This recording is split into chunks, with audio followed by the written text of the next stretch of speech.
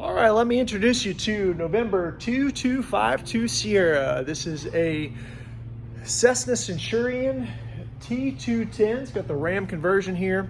So that's a turbo 210. It has a TSIO 520R. So this is a 1976 T210L, which is the normally the L, I believe, has the H motor in it, but this particular one has been upgraded to the R motor, which gives it 315 horsepower for the first 5 minutes, and it's newer, bigger, better, and better. So from here forward is firewall forward new, which means that from here forward, I believe 2 or 3 years ago was $83,000 or $88,000, includes new mags, overhauled turbos, new prop, engine, battery. It's new hoses in there. It looks like you could eat off of it. It's pretty incredible. Anyways, it's a little dirty, but it's okay, sorry.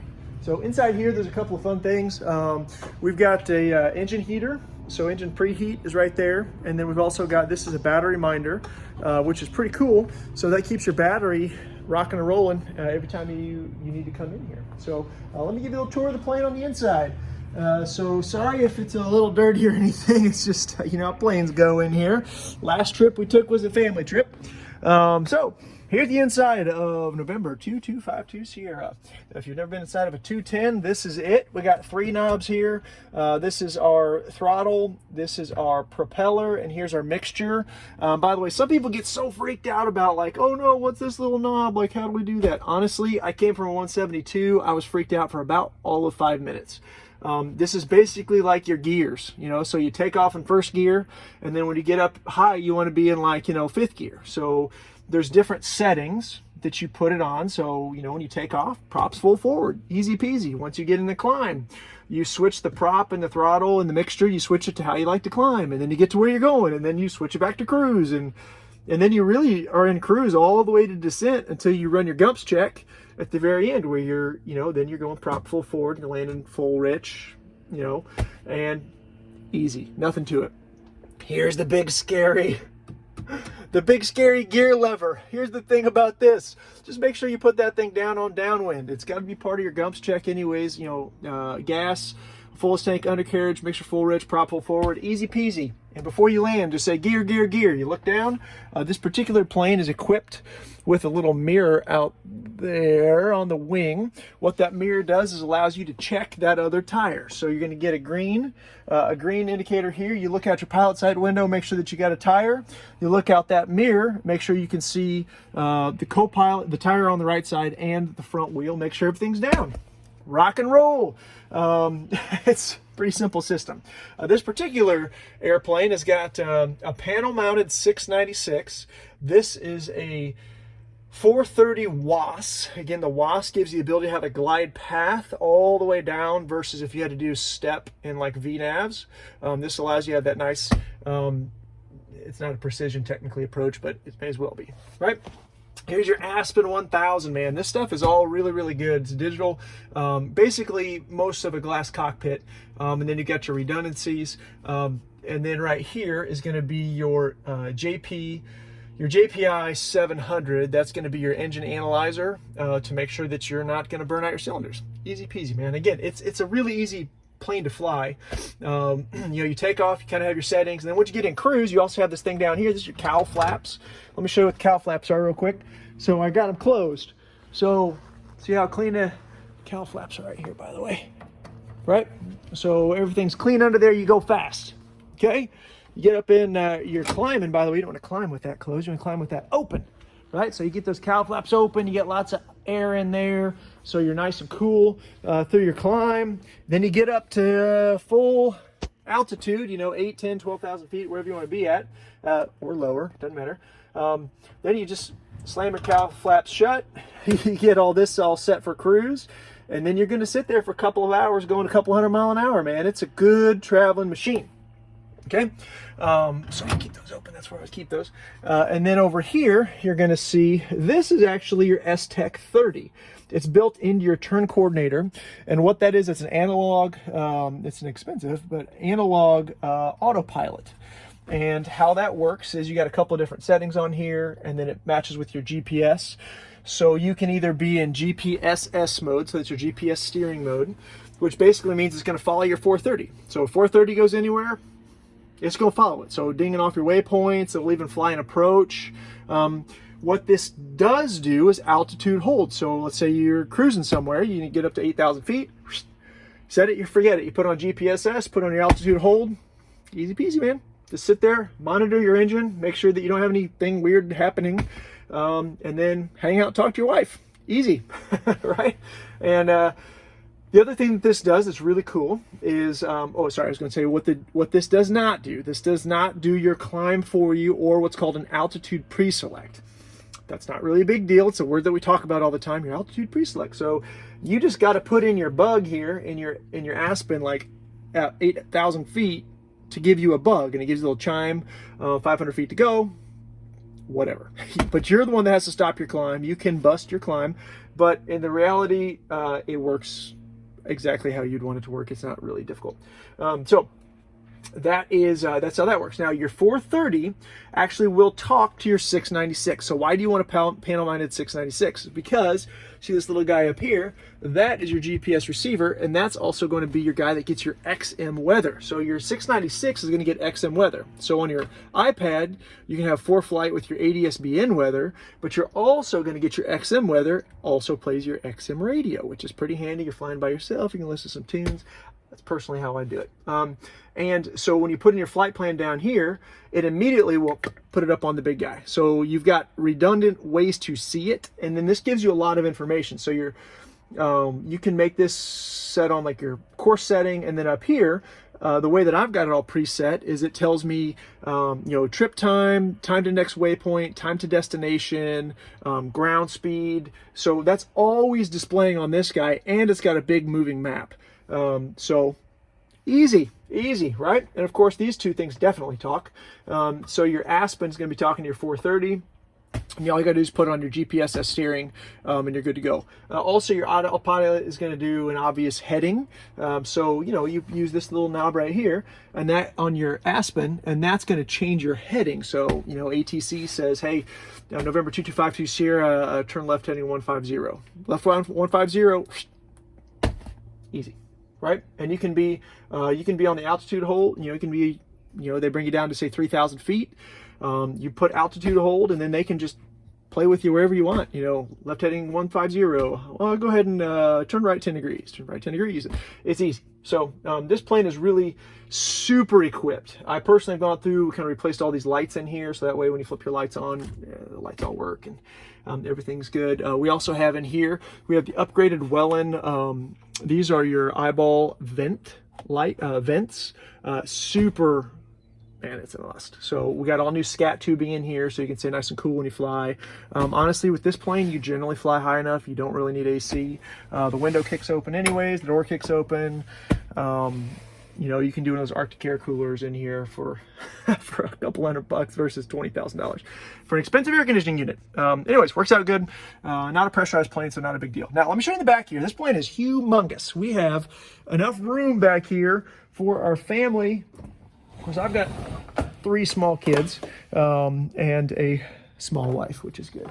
But we easily fit in here. This seat's back, so in our particular flying configuration, of course, you can't do that one-handed. This seat, maybe I should do that real quick. This seat right here comes up. There we go. All right, so this seat's up. So this is kind of how you're normally flying anyways. Pilot, co-pilot seat, you're up high enough that you can touch the pedals and do all that. And you can see that leaves a ton of room back here. And this seat is out. That seat's right there currently. We definitely have it. It spends most of its life in the plane, but we recently took it out for our last trip.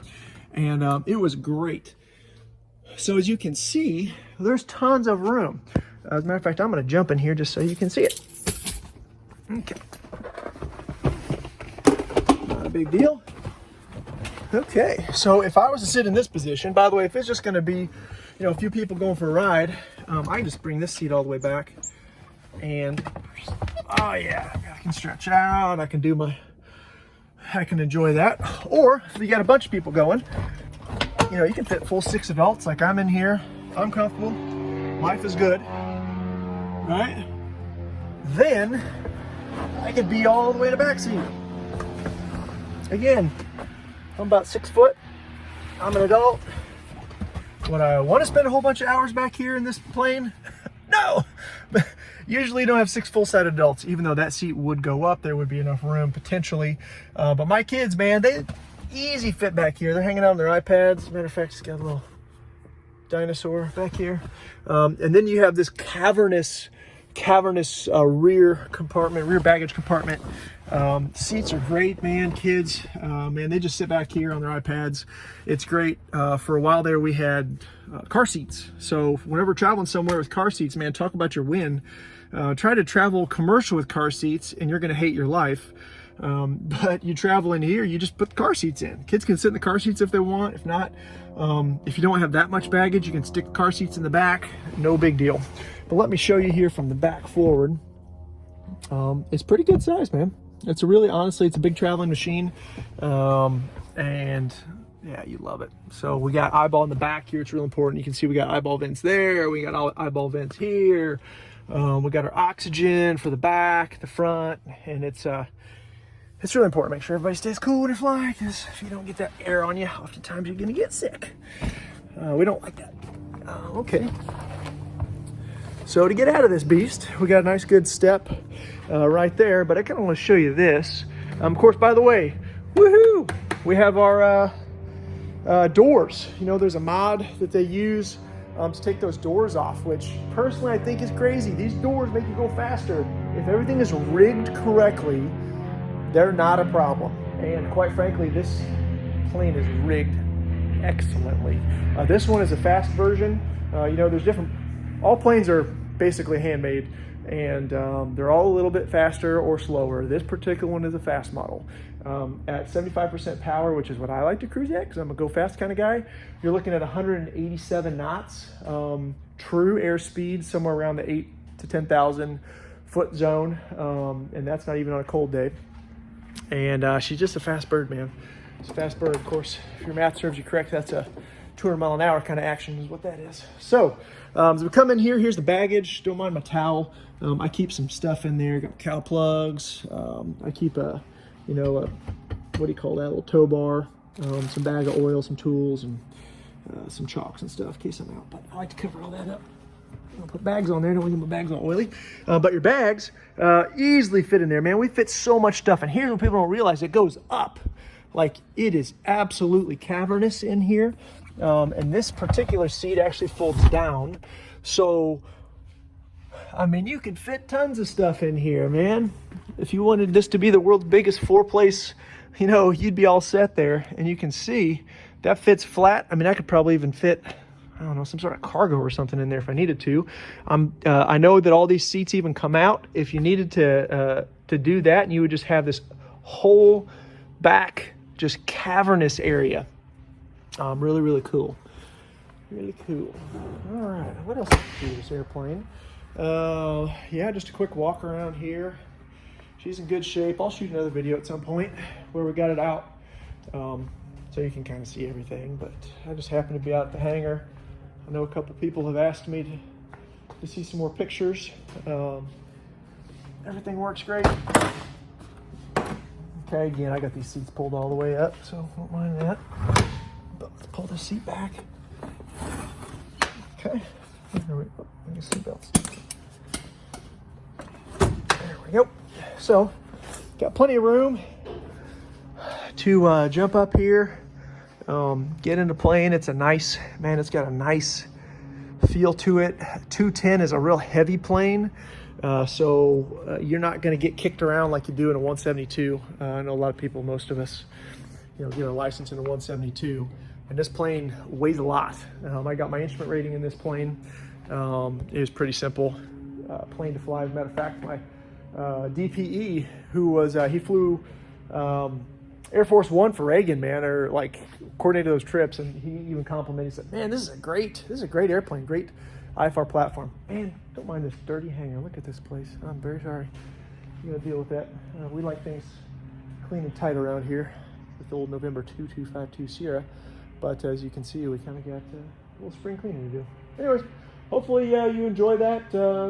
If you have any comments, questions, concerns, call me, text me, leave them below here, and I'll try to answer any questions you got. This particular plane, this engine has around 200 hours. Might be a little over, might be a little under. I think it's actually like 187, but I can't remember. So don't quote me on that. It could be around 210, and there you go. I fly it every single week, and it's never sat here. This plane has never sat for like a month of its life. It's a regular flyer. It's in great condition, and whoever gets it is going to really, really enjoy this. Hopefully enjoy it as much as I do. It's been a great plane. All right. Appreciate y'all.